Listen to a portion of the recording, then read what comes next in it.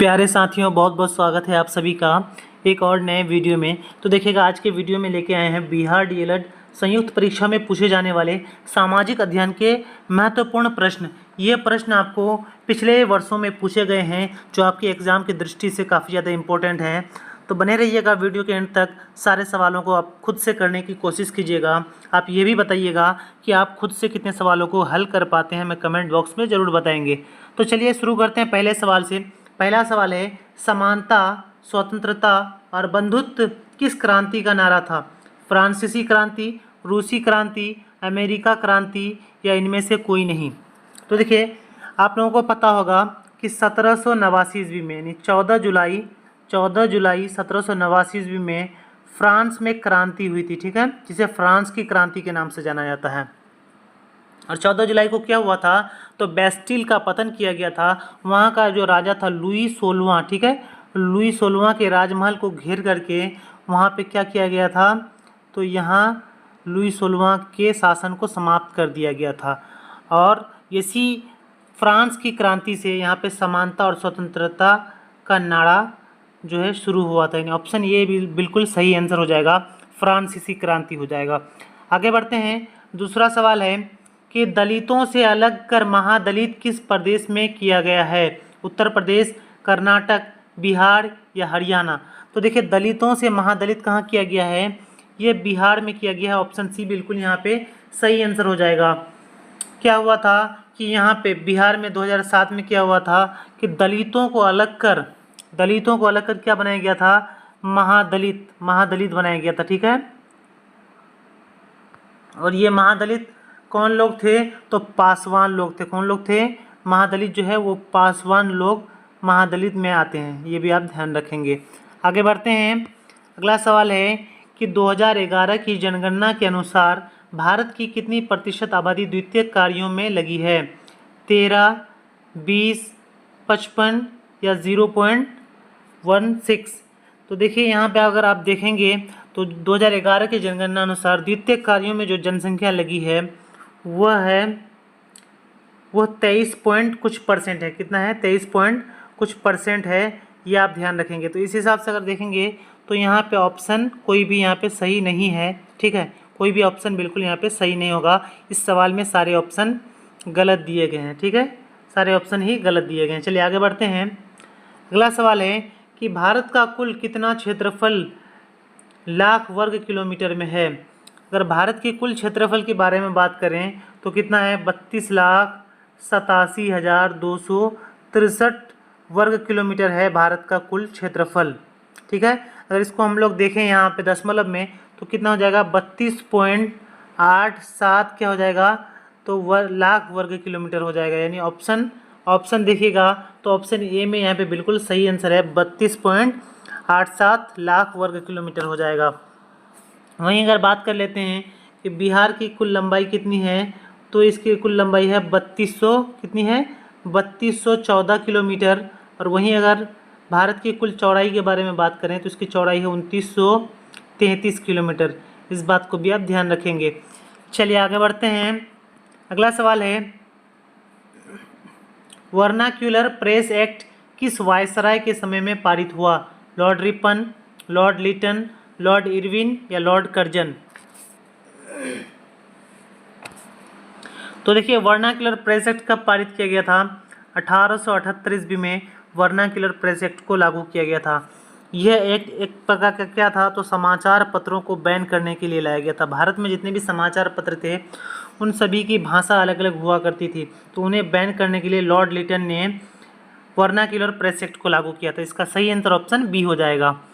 Vernacular press act के डर से रातों रात अपने भाषा बदल देने वाला जो पत्रिका था उसका नाम था अमृत बाजार पत्रिका।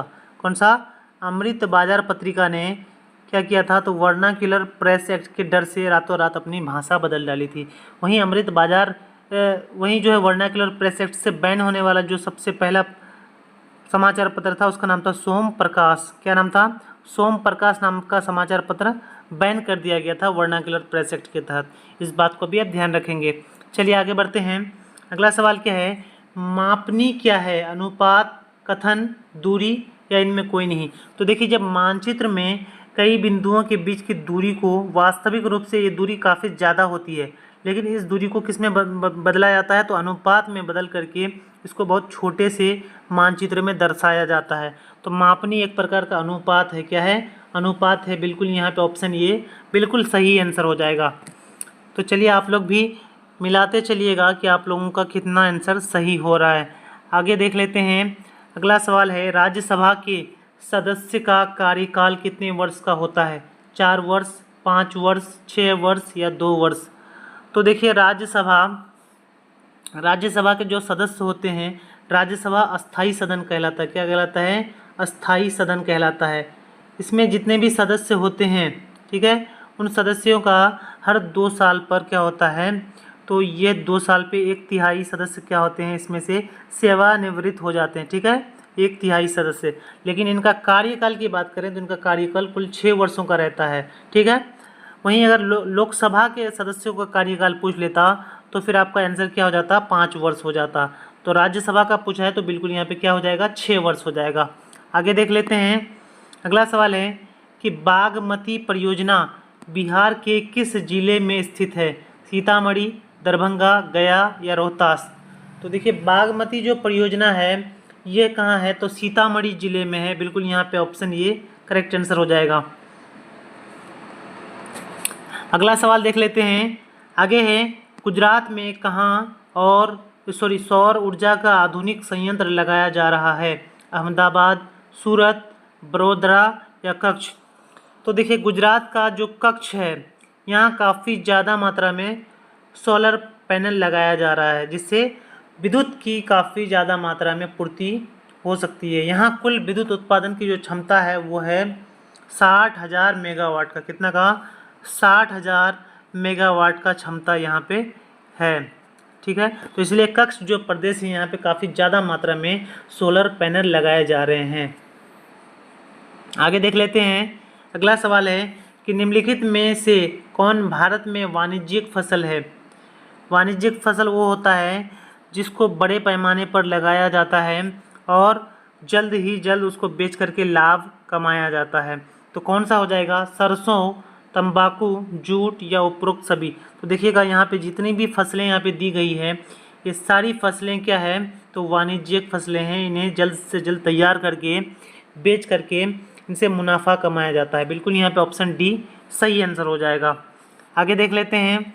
अगला सवाल है, बालाघाट खानों में निम्नलिखित में से किस खनिज का खनन किया जाता है? तो देखिए बालाघाट जो खाने हैं ये मध्य प्रदेश में स्थित है। ठीक है, और इन खानों से मैंगनीज का उत्पादन किया जाता है। बिल्कुल यहाँ पे ऑप्शन ये सही आंसर हो जाएगा, मैंगनीज का उत्पादन किया जाता है। वहीं एल्यूमिनियम के अगर उत्पादक राज्य के बारे में बात करें तो सबसे ज़्यादा एल्यूमिनियम का उत्पादन उड़ीसा राज्य करता है। कौन सा राज्य? उड़ीसा राज्य। बिल्कुल यहाँ पे सही आंसर हो जाएगा। वहीं राजस्थान में कॉपर का काफ़ी ज़्यादा मात्रा में उत्पादन किया जाता है। राजस्थान का जो खेतड़ी नामक जगह है यहाँ पे कॉपर की खदानें हैं। चलिए अगला देख लेते हैं।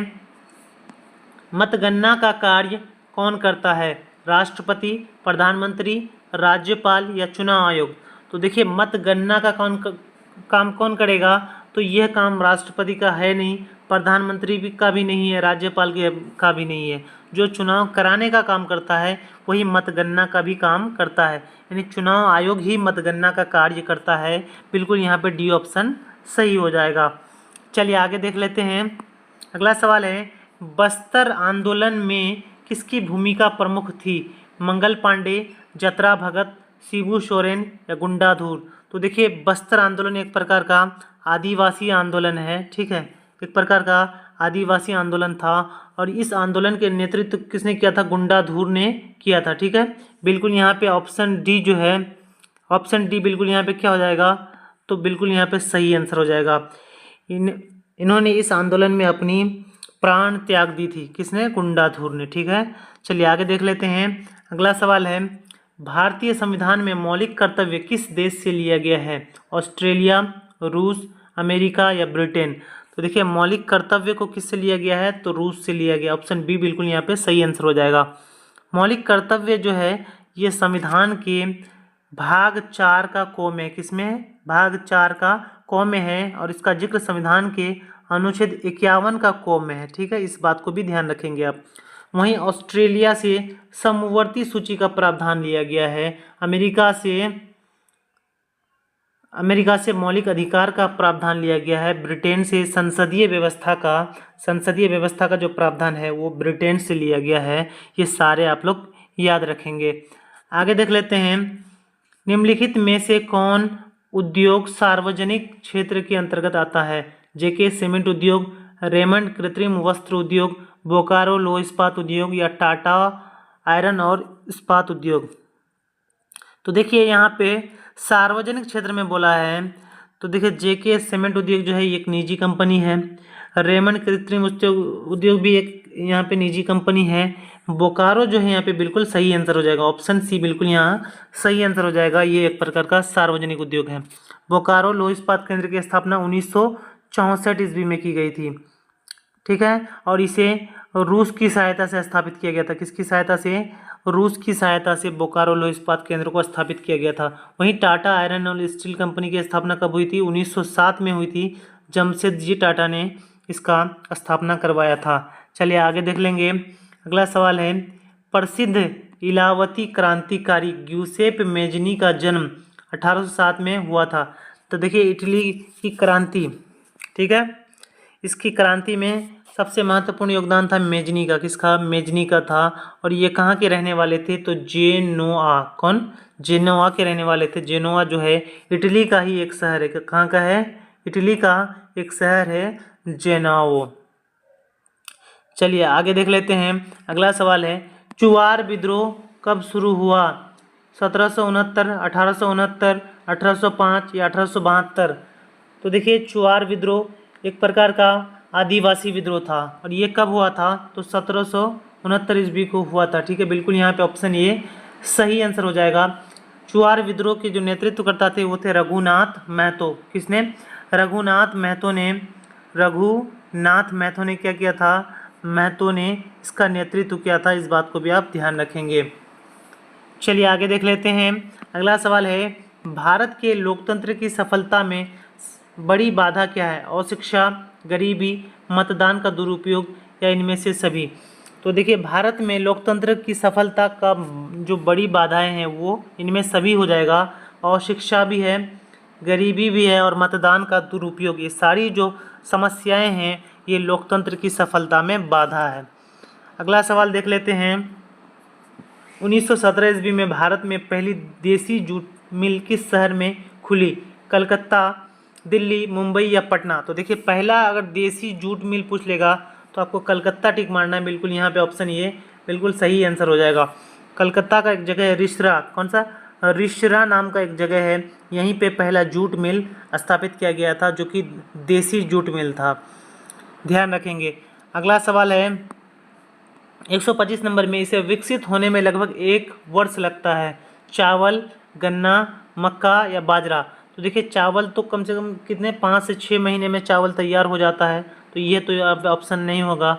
मक्का भी 4 से 5 महीने में तैयार हो जाता है, मक्का भी यहाँ पे आंसर इसका नहीं होगा। बाजरा भी इसका सही आंसर नहीं है।